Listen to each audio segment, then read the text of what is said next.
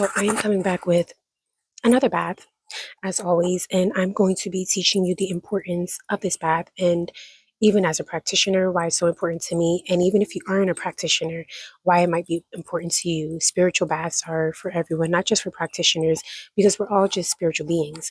Now, in order for me to be able to see clearly, to hear clearly, I do a lot of readings. And when you do a lot of readings, even if you're billing yourself, even if you're, doing whatever precautions you can during the reading, it doesn't mean that you will not pick up on energy. There's times where you may pick up on energy from somebody because it's really heavy or you're doing a cleanse, it's residual energy. So the importance of a spiritual bath is to be able to remove that energy off.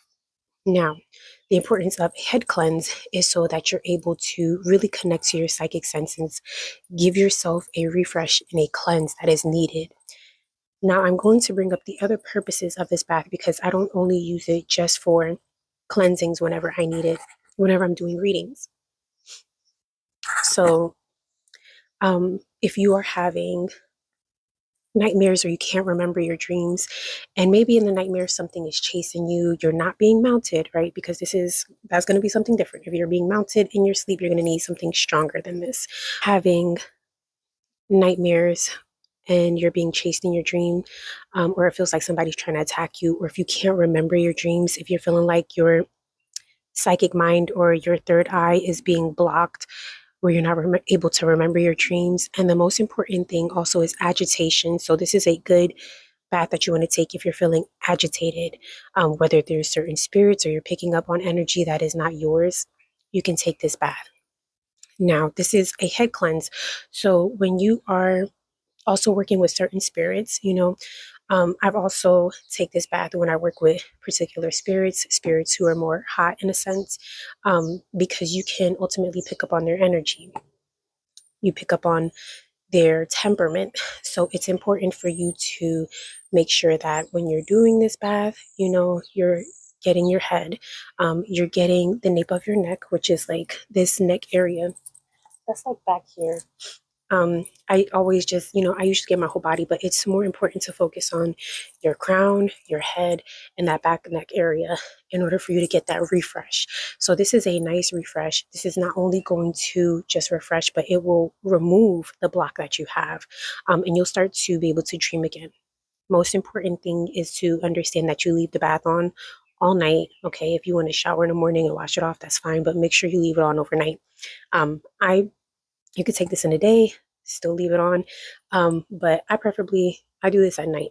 So if I'm doing a lot of readings during the week and I just need to be able to reset, fresh my energy up, I'm going to take this bath. If I'm feeling agitated because I was working with a particular kind of spirit or removing a particular kind of spirit, um, I will do that to refresh. I'm not remembering my dreams. I'm going to take this bath so that I'm able to refresh. I'm able to remove whatever it is that's on. So you can use it even just to, or you can use it to remove. Now, I always like to not only do simple, but I'm also very practical when it comes to certain things because not everybody has money, not everybody has access to be able to see a practitioner or to have like a spiritual advisor or mentor or, you know, whoever it is, an elder. So I always like to keep things as cheap as I can and as convenient as I can, because I do know food scarcity is a thing. So I try to always provide alternatives if there's alternatives, but will always, as always, leave a comment, reach out to me via DM, whatever. But coconut milk, fresh coconut is always best. You can make your own coconut milk or you can use coconut water. That's perfectly fine. But coconut milk is very cooling, is very calming. So it's going to help with reducing the agitation, removing that block that you have. And it's very good for a white bath. White baths are always very calming as well, if that's some kind of energy that you need to be able to get into, whether you're feeling really tired or you're feeling agitated or moody, right? It's more of like a spiritual mood stabilizer. Mint. So a bunch of mint. I have a ton of it.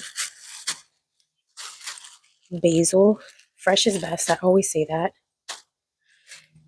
And then my favorite, which is epazote. Now, epazote is not accessible to everyone. Um, there's certain plants that grow in certain conditions. I always say if you can get it dry, because you can eat this herb and you can also drink it in a tea. It's very good for digestion, but I've also found it very good as far as removal of certain things, bringing calming energy. It's very good for that as well. Um, it's more of a cool herb. So once you start learning herbalism, you learn the difference between herbs because herbs, even within themselves, have elements, right? Something that's going to ground you, something that's going to, or even food itself. Certain things will ground you, certain things will energize you, certain things will mellow you out, right? There's still elements to it. But this is what epazote looks like, just in case you have never seen this herb before.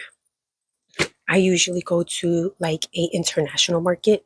So if you have an international market, more than likely they're going to have all of those ingredients.